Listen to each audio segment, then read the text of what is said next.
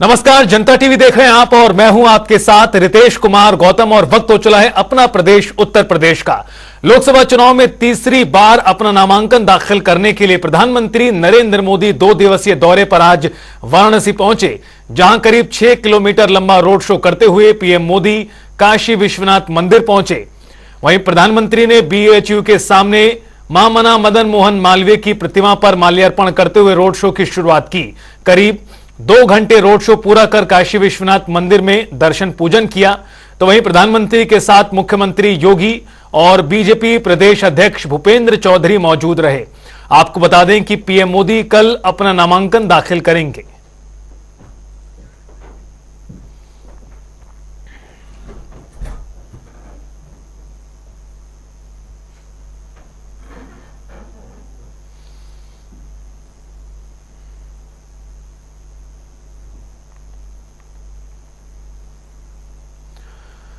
तो वहीं लोकसभा चुनाव के चौथे चरण में उत्तर प्रदेश की 13 सीटों पर भी आज मतदान संपन्न हो गया। चौथे चरण में भी मतदाताओं में वोट को लेकर ज्यादा रुचि दिखाई नहीं दी। दरअसल शाम 5 बजे तक 56.35% ही वोट पड़े। तो वहीं सबसे अधिक खीरी और धौरहरा में 62% मतदान हुआ। तो वहीं सबसे कम मतदान कानपुर में 50.94% हुआ।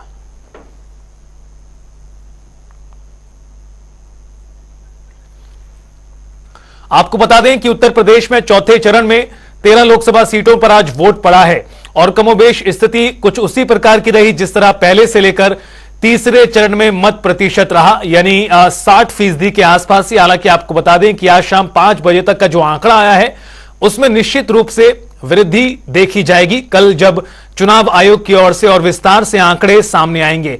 56% शाम 5 बजे तक का यह आंकड़ा था, अभी बढ़कर 60% के आसपास भी पहुंच सकता है। लेकिन कुछ सीटों पर बहुत कम मतदान हुआ है, इस लिहाज से माना जा रहा है कि जो उत्साह था, जिस तरह का माना जा रहा था, उतना नहीं दिखाई पड़ा है। हमारे साथ कन्नौज के एसपी अमित कुमार आनंद जी हैं। सर, कितना चुनौती भरा रहा आज का दिन? कई सूचनाएं आज आई कि पोलिंग रोक दी गई, कहीं ईवीएम खराब, किस तरह का माहौल रहा आज?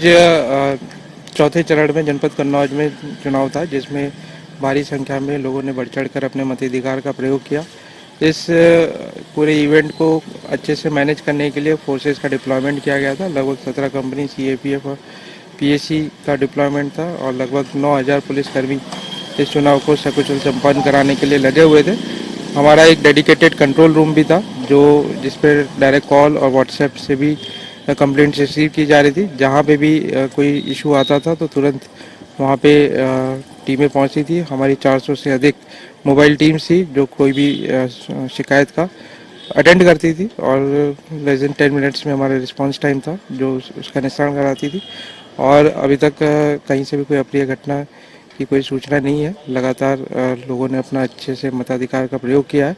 हमारी फोर्सेस सभी जगह तैनात थी और सबको स्वतंत्र निष्पक्ष रूप से अपने मताधिकार प्रयोग करने का माहौल दिया, सेफ एंड सिक्योर एनवायरनमेंट दिया। हमारे वोटर्स हैं, उनसे अपील है कि अपने वोट डालने के मताधिकार को जरूर प्रयोग करें। सर, देखा जा रहा था कि सूचनाएं जो आ रही थी वो बहुत बढ़ चढ़ के आ रही थी। आप भी मौके पर पहुंचे, हम लोग भी पहुंचे। सूचनाओं में वो बात नहीं थी, कहीं पे सिर्फ पर्ची को लेकर था, कहीं पे वोटर लिस्ट में नाम को लेकर र्यूमर था। तो र्यूमर ज्यादा रहा क्या कन्नौज में? क्योंकि बड़ी पार्टियां हो चाहे बड़े नेता हो, आरोप प्रत्यारोप रहे। कोई कह रहा है बूथ कैप्चरिंग हो जाएगी हमारे यहाँ, कोई कह रहा है कि हमारे यहाँ गुंडागर्दी हो रही है। तो मैंने वहां माहौल देखा, आपने भी देखा होगा। तो क्या सर र्यूमर ज्यादा रहा आज दिन भर कन्नौज में? हाँ, कई लोगों ने सोशल मीडिया के माध्यम से तो बड़ा चढ़ाकर अपनी बातों को रखने का प्रयास किया, बट हमारी टीम सतर्क थी, तुरंत वहाँ पे गई और चीज़ों को वेरीफाई किया और उसका रिस्पांस अप्रोप्रिएटली उसको जहाँ पे ट्विटर है या अन्य सोशल मीडिया है तो वहाँ पे उससे अवगत भी कराया गया। इसलिए कोई भी किसी भी तरह की अफवाह को फर्दर नहीं फैलने दिया गया। जहाँ पे भी कई जेन्युइन इश्यूज़ भी थे तो वहाँ तुरंत उनका रेजोल्यूशन हो गया। कहीं पे भी किसी भी प्रकार से अपने मतदाताओं को अपने मताधिकार प्रयोग करने में विघ्न नहीं आने दिया। ऐसा एक चीज और भी देखी गई कि सुबह से जो वोटिंग परसेंटेज था वो कन्नौज का लगभग तीसरे नंबर या दूसरे नंबर पर रहा सभी 13 लोकसभा में। तो वोटिंग परसेंटेज के हिसाब से भी देखा जाए तो सभी को पूरा अवसर मिला, चाहे जिस तरह के र्यूमर रहे उसके बीच में। हाँ, हमारी फोर्सेस की डिप्लॉयमेंट इस प्रकार थी, अगर कहीं पे कोई इशू भी है तो तुरंत वहाँ पे पहुँच कर रिस्पॉन्ड कर ले। कैसा भी कंप्लेंट हो, चाहे बहुत बड़ा चढ़ाकर भी दिए बताया जा रहा है, तब भी पुलिस और टीम वहाँ पे जा रही थी और उसका रेजोल्यूशन करा रही थी। तुरंत उसका जो अगर बड़ा चढ़ाकर था तो रियल स्थिति से लोगों को अवगत कराया जा रहा था, तो किसी भी प्रकार का फर्दर रूमर को बढ़ने नहीं दिया गया। इसका लोगों में उसका पॉजिटिव इम्पैक्ट भी था, लोगों ने अपने वोटिंग राइट को अच्छे से प्रयोग किया। बात करनी, अमित कुमार आनंद है, एसपी उन्नाव है। हॉट सीट थी आज की 13 लोकसभा सीटों में, बड़ी चुनौती थी, बड़ी जिम्मेदारी थी, लेकिन अगर छुटपुट घटनाओं को छोड़ दे तो शांतिपूर्ण मतदान हुआ। और इसके अलावा सबसे बड़ी बात है कि वोटिंग परसेंटेज करना उसका बेहतर रहा, जिससे साबित होता है कि पुलिस ने अपने पूरे दल बल के साथ यहाँ पर इस एक संघर्ष भी किया। कई जगह पतली गलियों में पुलिस फोर्स का डिप्लॉयमेंट किया गया, लेकिन सबसे बड़ी बात यह है कि कोई भी ऐसी बड़ी घटना नहीं हुई, सकुशल मतदान संपन्न हो चुका है। लेकिन यह कहा जा रहा है कि जो उन्नाव में जिस तरह से अखिलेश यादव ने आरोप प्रत्यारोप लगाए थे कि अधिकारी बाहर से भेजे जा रहे हैं, पोलिंग डिस्टर्ब हो सकती है, भाजपा ने कहा अपने ट्विटर अकाउंट से कि यहां पर पोलिंग को डिस्टर्ब किया जा रहा है, गुंडे की जा रही है। लेकिन फिलहाल जो तस्वीर हमने देखी और पुलिस के माध्यम से भी जो देखा, वहां पर अफवाहों का दौर ज्यादा रहा, जिसको पुलिस ने बखूबी निभाया है। चाहे के कप्तान हो, चाहे बाकी पुलिस फोर्स हो, मौके पर पहुंचकर जल्द से जल्द उस घटना का निवारण किया। लोगों के बीच जो दुविधा थी, जिस बात को लेकर आपस में विचार नहीं मिल रहे थे, उसको वहां पर निस्तारित कराया है। तो फिलहाल आज पुलिस की भूमिका भी कन्नौज में काफी अहम रही। कैमरा पर्सन रियाज के साथ तौखीर की दुबई, जनता। लोकसभा चुनाव के इस रण में मुख्यमंत्री योगी आदित्यनाथ आज बांदा पहुंचे, जहां उन्होंने बीजेपी प्रत्याशी के समर्थन में जनसभा को संबोधित किया। और इस दौरान मुख्यमंत्री योगी ने समाजवादी पार्टी और कांग्रेस पर जमकर कटाक्ष किया। सीएम ने कहा कि देश में मोदी सरकार इसलिए भी जरूरी है क्योंकि लोग कहते हैं कि जो राम को लाए हैं हम उनको लाएंगे। ये चुनाव राम भक्त और राम द्रोहियों के बीच है। और भाइयों, आज जब हम बुंदेलखंड की बात करते हैं, हमें नए भारत का नया उत्तर प्रदेश और नया बुंदेलखंड भी दिखाई देता है। अब तो बुंदेलखंड बदल गया है।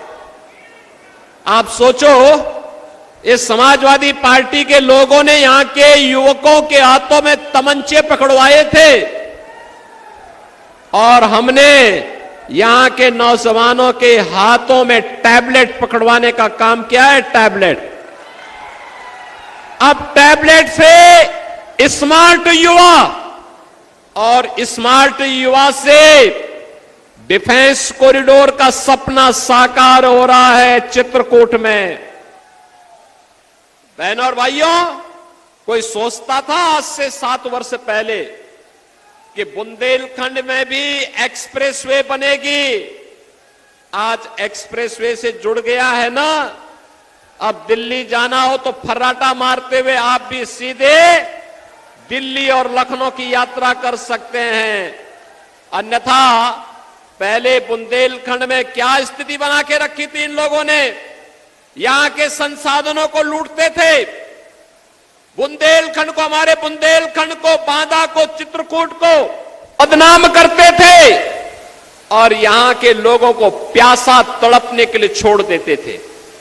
आज तो हर घर नल की योजना अपने अंतिम चरण में चल रही है ना।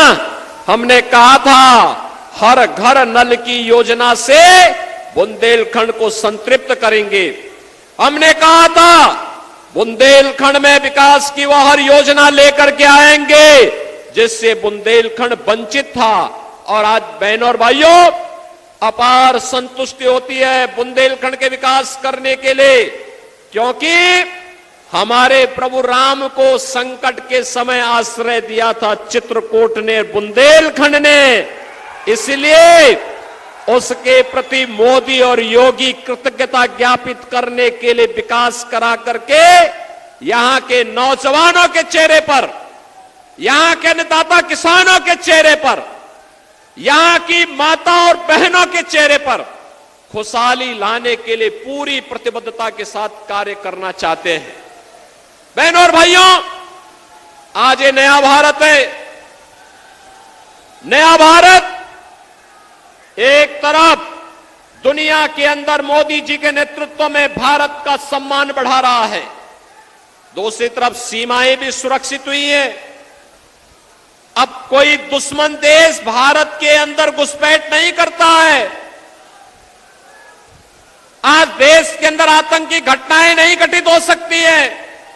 आज आप देख रहे होंगे, पहले आतंकी वारदात कांग्रेस और सपा की सरकार में होता था तो इन लोगों के पास एक ही जवाब होता था। एक कहते थे, क्या कहते थे? कहते थे आतंकवाद सीमा पार से हम क्या करेंगे। और आज थोड़ा जोर से भी विस्फोट हो जाए ना पटाखे का, तो पाकिस्तान सबसे पहले सफाई देता है कि साहब मेरा हाथ नहीं है, क्योंकि इसे मालूम है ये नया हिंदुस्तान है, ये नया हिंदुस्तान है, छेड़ता नहीं है।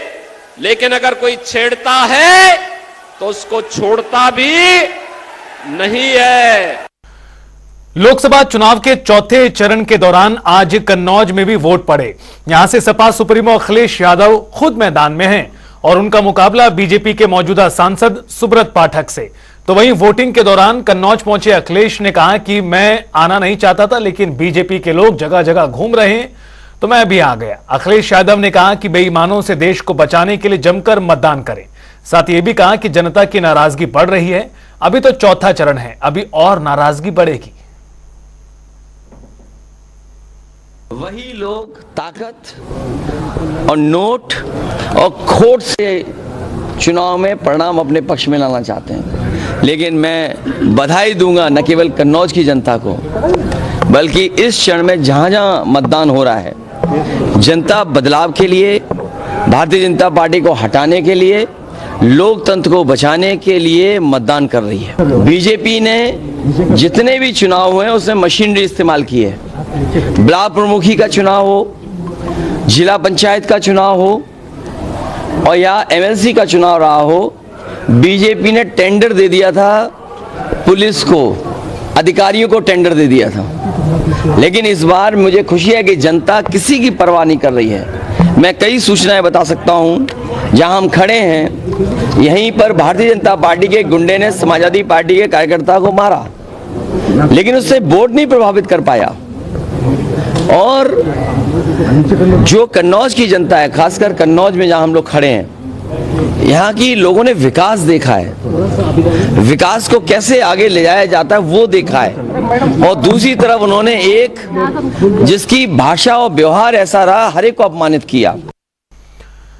कांग्रेस की स्टार प्रचारक प्रियंका गांधी वाड्रा ने अमेठी में मोदी सरकार पर जमकर हमला बोला।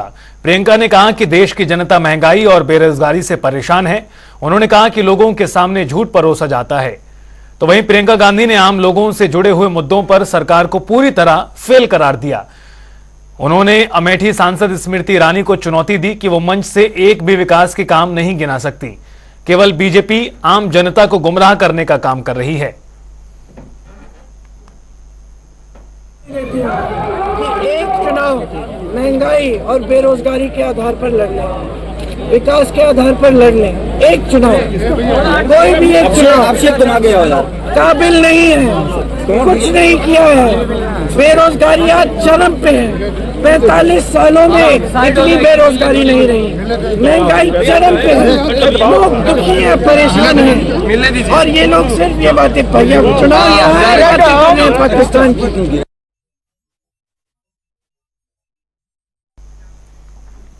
लोकसभा चुनाव 2024 में उत्तर प्रदेश की सबसे चर्चित और हॉट सीट में शामिल अमेठी सीट का चुनाव जैसे जैसे नजदीक आ रहा है, वैसे वैसे बीजेपी और कांग्रेस का मुकाबला और भी ज्यादा रोमांचक हो रहा है।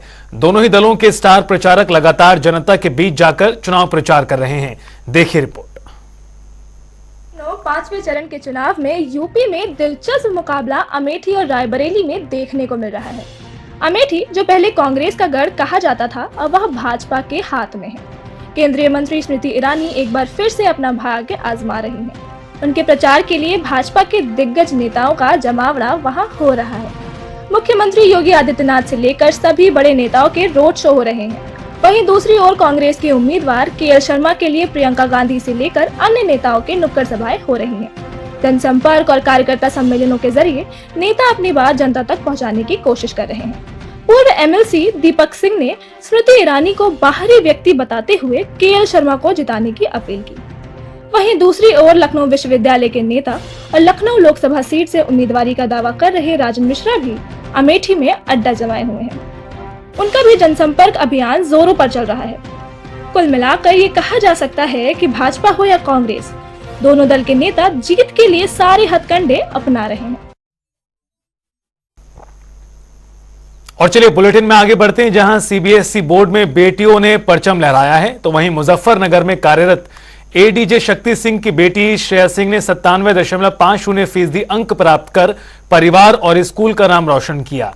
तो वहीं श्रेया को बेहतर मार्क्स मिलने पर परिवार में भी खुशी का माहौल है। रिजल्ट आया सीबीएसई बोर्ड का, क्या अचीव किया? 97% है और बाकी सभी सब्जेक्ट्स में 95 अबव है। कैसा लगा आज, कैसा फील कर रही हो? अच्छा लग रहा है। क्या कहना चाहती हो? बस यही है कि अच्छा लग रहा है और टीचर्स खुश हैं, पेरेंट्स खुश हैं, तो आई एम हैप्पी। नहीं, बहुत अच्छा फील हो रहा है और ये बदलते भारत की एक नई तस्वीर है जिसमें बेटियां आगे आ रही हैं, और अगर बेटियों को सारे पेरेंट्स अपने प्रोत्साहन दें तो वो दिन दूर नहीं है जब पूरे देश में बेटियां ही छा जाएंगी। और चलिए अब आपको दिखाते हैं खबरें जनता रिपोर्टर में।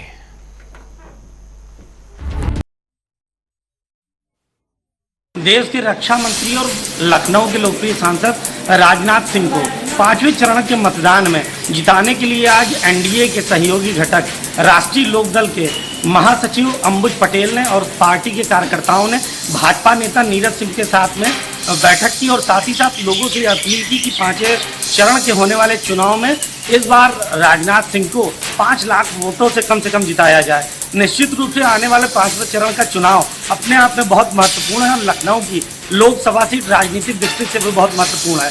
अब देखने वाली बात यह है कि एनडीए की सहयोगी राष्ट्रीय लोकदल कहां तक इस मामले में आगे बढ़ते हुए भाजपा के पाले में ज्यादा वोट दिला पाती है या नहीं, या क्या होंगे परिणाम, ये तो आने वाला वक्त ही बताएगा। कैमरा पर्सन रियाज के साथ सत्यव्रत शुक्ला, जनता टीवी, लखनऊ। संगम नगरी प्रयागराज में जहां लगातार लोकसभा चुनाव को लेकर राजनीति गर्माती जा रही है और सभी पार्टियों के लोग अपना दमखम से चुनाव प्रचार प्रसार कर रहे हैं, मगर सबसे बड़ी बात ये भी है कि वहीं दूसरी तरफ लगातार विरोध होने के वीडियो वायरल हो रहे हैं, जहां 2 दिन पहले पानी की समस्या को लेकर बारा क्षेत्र के विधायक वाचस्पति के सामने लोगों ने विरोध किया था और साथ ही नगर पंचायत की बैठक में मुर्दाबाद के नारे भी लगे थे, जिसका वीडियो सोशल मीडिया पर वायरल हुआ था। तो वहीं अब दूसरी तरफ जहां जसरा क्षेत्र के ग्राम अतरसुइया में लोगों ने बैनर लगाया है और चुनाव के बहिष्कार की बात कही। उनका कहना है जब तक सड़क, नाली और पानी की व्यवस्था नहीं होगी वे मतदान नहीं करेंगे और ग्रामीणों में विरोध दिखा है। उन्होंने रैली निकाली है और विरोध मार्च किया है। सबसे बड़ी बात उनका कहना है कि जिस तरह से उनकी समस्या अगर वो दूर नहीं होती तो वे मतदान नहीं करेंगे। जहां एक तरफ मतदान प्रतिशत बढ़ाने के लिए लोगों को जागरूक किया जा रहा है तो वहीं दूसरी तरफ विरोध लगातार हो रहा है और विकास के दावों पर सवाल खड़े हो रहे हैं। अब देखना होगा कि किस तरह से इनकी समस्या का निस्तारण होगा और मतदान प्रतिशत बढ़ेगा। जनता टीवी के लिए सैयद मोहम्मद आमिर, प्रयागराज। और चलिए अब आपको जाते जाते छोड़ जाते हैं लोकसभा के इस रण में काशी की जनता के साथ। हमारे संवाददाता धर्मेंद्र चौबे की देखिए खास रिपोर्ट। हम काशी के इस समय ऐसे जगह हैं जहां दिल्ली के बाद काशी की मिनी संसद कही जाती है पप्पू की अड़ी, और पप्पू के अड़ी पे हम पहुंचे हैं और लोगों से जानेंगे कि काशी की जनता का क्या है मिजाज। आखिर पहली बार, दूसरी बार, अब फिर तीसरी बार वाराणसी के प्रधानमंत्री नरेंद्र मोदी आ रहे हैं और पप्पू के अड़ी पर उन्होंने चाय भी पी थी। पहले तो इनसे हम बात करते हैं, उसके बाद आम जनता से जानते हैं। प्रधानमंत्री जी आपके यहाँ चाय पिए थे? जी नमस्ते, चाय पिए थे, चाय पिलाए थे हमने उनको। और क्या बातें हुई थी? बातचीत देश के विषय में बातचीत कर रहे थे, कैसा है क्या है, वो जो कमी हो तो बताइए। हम अब तो सही प्रधानमंत्री मिला है, नहीं तो इस तरीके पहले प्रधानमंत्री कब आते जाते थे कोई जानता नहीं था। ये प्रधानमंत्री आते जाते लगता है कि हाँ प्रधानमंत्री आ रहे हैं। ये गुरु काशी का मिजाज इस बार क्या कह रहा है? क्योंकि 14 में 4.5 लाख वोट से जीते, इस बार 5.5 लाख 19 में, और 24 का क्या लक्ष्य है? इस बार 10 लाख वोट से जाएंगे और ज्यादा वोट से जाएंगे। देखिए ये पप्पू बड़ी चाय है और ये चाय बनती है 24 घंटे, और यहाँ संसद का जो कार्य है, यहाँ स्पेशल चाय है, ये लोग पीते हैं और यहाँ चुनाव पे चर्चा करते हैं। हमारे साथ यहाँ बनारस के देखिए प्रबुद्ध जन लोग हैं, इन लोगों से बात करते हैं कि काशी की जनता का मिजाज क्या है। चाचा जी 14, 19 अब 24, मिजाज क्या है जनता का काशी? बनारस तो मोदी में मोदी कर रहा है महाराज। बनारस में कोई लड़ाई नहीं है। बनारस में इस बार मोदी को 10 लाख मिल रहा है। मैं आपको आंकड़ा बता रहा हूँ, 2014 में 57% वोट बनारस में पड़ा था। मोदी जी को मिला 5 लाख और 6 लाख के बीच में। 2019 में 56% वोट मिला, 1% घट गया। मोदी को मिला 7 लाख के करीब वोट। अगर 60% वोट बनारसियों ने दे दिया तो मोदी को मिलेगा 10 लाख वोट, और ये भारत के चुनावी संसदीय लोकतंत्र का इतिहास होगा। बनारस का हर नारी, हर युवा, जाति, संप्रदाय, रंग भेद। लेकिन अजय राय तो कह रहे हैं हम भी लोकल हैं, इस बार लड़ाई अलग है। अजय राय लोकल तब भी थे। अजय राय कोई विदेशी तो आज हुए नहीं। जब लड़े थे मोदी के खिलाफ 2 बार तब भी लोकल ही थे, आज भी लोकल हैं। अब मोदी कहाँ विदेशी हैं? मोदी तो खांटी बनारसी हैं। बनारसी बोललन, बनारसी ही बह रहलन। बनारस में आवलन तो लस्सी और चाय पियलन, ही बात साफ हो। तो बनारस में मोदी बनारसी मोदी हैं, और बनारस के लोग मोदी को अपना बेटा मान करके काम कर रहा है, क्योंकि उसने उनका स्वरूप देखा, उनका विकास। अरे बनारस चमक रहा है महाराज। बनारस में लाखों लोग प्रतिदिन आ रहे हैं, जा रहे हैं। बनारस की अर्थतंत्र बदल गया, बनारस के लोग बदल गए, सोच बदल गई, अनुशासन। लेकिन विपक्षी दल तो कह रहा है बनारस में गलियां आज भी वैसी ही गंदगी दिख रही है और तमाम चीजें दिख रही है। बनारस की गली देखता है। बनारस की गली में तो हम बनारसी रहते हैं ना, गली तो हम घूमते हैं। बाहर से गली नहीं दिखाई पड़ेगी, गली के अंदर जाना पड़ेगा। गली चमक रही है, चले जाइए संगीतकारों की गली को दिखाइए, पद्मश्री पद्म भूषण भरे पड़े हैं। बनारस को तो मोदी ने ये कह दिया कि हर चौथा आदमी पद्मश्री लेके घूम रहा है। ये बनारस का स्वरूप है। इस बनारस को स्वरूप को बदलने का काम, अपने पुराने रूप में आने का काम मोदी ने किया है। इसलिए मोदी को बनारस में कोई चुनौती नहीं है। मैं बार बार कह रहा हूं पत्रकार मित्रों से, मोदी के खिलाफ जो भी लोग लड़ रहे हैं सिर्फ वोट काट रहे हैं, वोट कम कर रहे हैं और कुछ नहीं कर रहे हैं। उनके पास मुद्दे हैं। आज से 1 हफ्ता पहले भारत के दक्षिण भारत को क्या कहा गया था? अफ्रीकी है। पूर्वोत्तर को कहा चीनी है। पूर्वांचल को कहा यूरोपियन है। भारत अफ्रीकी, चीनी, यूरोपियन है। भारत काशी भारत लघु भारत है। यहाँ दक्षिण भारत के भी लोग रहते हैं, बंगाल के भी लोग रहते हैं, असम के भी लोग, भारत के हर कोनों के लोग यहाँ, उनके मोहल्ले हैं। और उन मोहल्लों से निकल करके पूरा भारत जब सड़क पर आएगा तो निग्रो वालों को, अफ्रीकी वालों को और चीनी वालों को, यूरोपियन वालों को जवाब काशी देने वाला है आज। इसलिए ये अद्भुत है। इसको भेदना बहुत आसान काम नहीं है साहब। ये तो क्या 29, 34, 39 हमारा है, 47 तक हमको हिला नहीं सकता है कोई। अगर हिला दिया तो मिला सनातियों का रहना बेकार है। ये मोदी राहुल गांधी तो कह रहे हैं कि उत्तराधिकारी मोदी के बाद कौन होगा? राहुल गांधी नहीं होते तो हमारा वोट बैंक नहीं बढ़ता। हम तो कहते हैं राहुल गांधी सदा रहे भारत में, जो हमारा बीजेपी का वोट बैंक बढ़ता रहे। वो सिर्फ हास्य के अलावा कुछ नहीं है। अगर देश एक विकास का हो सकता है, लेकिन राहुल का कुछ नहीं हो सकता है। वो कितने बार प्रेजेंट करेंगे उतनी बार मार खाएंगे। राहुल है और मोदी है। ये चाय वाला है, कोई चम्मच लेके पैदा किया हुआ नहीं है। इसको भारत के लोगों ने बनाया है। मोदी की जो 2014 में दीवानगी थी, आज 2024 में कई गुना बढ़ गई। मोदी की दीवानगी खाटू श्याम जी की दीवानगी बराबर है। उनका आशीर्वाद है खाटू श्याम जी का। झूम लो भैया, झूम लो, मोदी जी फिर आ रहे हैं। कमल फिर खिलेगा और जम के खिलेगा। ये देश भारतवासियों का है और भारतवासियों का रहेगा। लेकिन विरोधी तो यहाँ कह रहे इस बार मोदी के गढ़ में राहुल गांधी की सभा, रोड शो होगा, अखिलेश जी का होगा। तमाम ऐसे जो विपक्षी दल हैं वो इस बार प्रधानमंत्री के संसदीय क्षेत्र में उतरेंगे। बाराती में डांस वाले करने वाले नहीं होंगे तो मजा क्या है? और इस देश में अगर ऐसे विपक्ष नहीं रहेगा तो मजा क्या है? डांस करने बुलाएंगे हम, आइए डांस कीजिए। मोदी जी का आज रोड शो है, डांस कीजिए, वेलकम है। डमरू हम बजाएंगे, डांस आप करेंगे। तो देखिए, डमरू हम बजाएंगे, डांस आप करेंगे, ये मिनी संसद की राय। चाचा जी, चाय की चुस्की तो चली रही है, प्रधानमंत्री के चुनाव की क्या चुस्की है? बनारसी मिजाज में हम जानना चाहेंगे। देखिए, बनारस में मोदी जी के बारे में बात करना बेमानी है। मोदी जी बनारस का प्रतिनिधित्व आज से नहीं 14 से कर रहे हैं और मोदी जी वो व्यक्तित्व हैं जिन्होंने हिंदुस्तान ही नहीं पूरे दुनिया में अपना डंका बजाया है। और जो आदमी दुनिया में डंका बजा रहा हो उसे काशी में पूछना है। बाबा विश्वनाथ का परम भक्त मोदी, उसको कोई हरा पाएगा? आप जिन विपक्षी तो लगातार आरोप लगा रहे हैं कि जो बनारस की संस्कृति है, कल्चर है, काशी विश्वनाथ मंदिर था, उसको कॉरिडोर में कन्वर्ट करके व्यवसायीकरण किया गया। ये आरोप लगातार विपक्षियों द्वारा लगाया जा रहा है। ये बात हमको बताइए, कौन सा विपक्षी किस मंदिर का जीर्णोद्धार कराया है, किस संस्कृति के लिए काम किया है? ये हमेशा संस्कृति को नष्ट करने के लिए बोलते हैं, संस्कृति को नष्ट करने के लिए काम करते हैं। विपक्षी दल अपने को सेक्युलर कहते हैं, ये हिंदू मुसलमान की बात करते हैं। कहाँ हिंदुस्तान की संस्कृति संरक्षित होगी इससे? जी, आपने बहुत अच्छा सवाल पूछा है। काशी डेवलपमेंट का मॉडल विकसित हो गया है। काशी डेवलपमेंट मॉडल क्या है? आध्यात्मिक, सांस्कृतिक, इकोनॉमिक सिस्टम ये मोदी ने डेवलप किया। नया ये भारत का अपना अर्थशास्त्र है। ये काशी का एक तरह से फॉर्मेट है और मॉडल है, कहा पुरुषार्थ मॉडल इसको कहते। धर्म, अर्थ, काम और मोक्ष।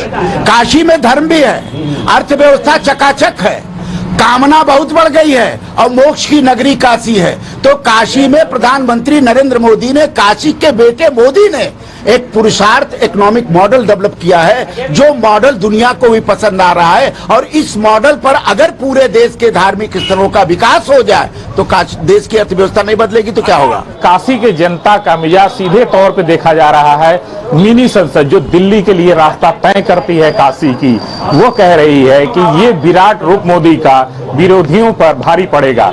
वीडियो जर्नलिस्ट आशीष के साथ धर्मेंद्र चौबे, जनता टीवी, वाराणसी।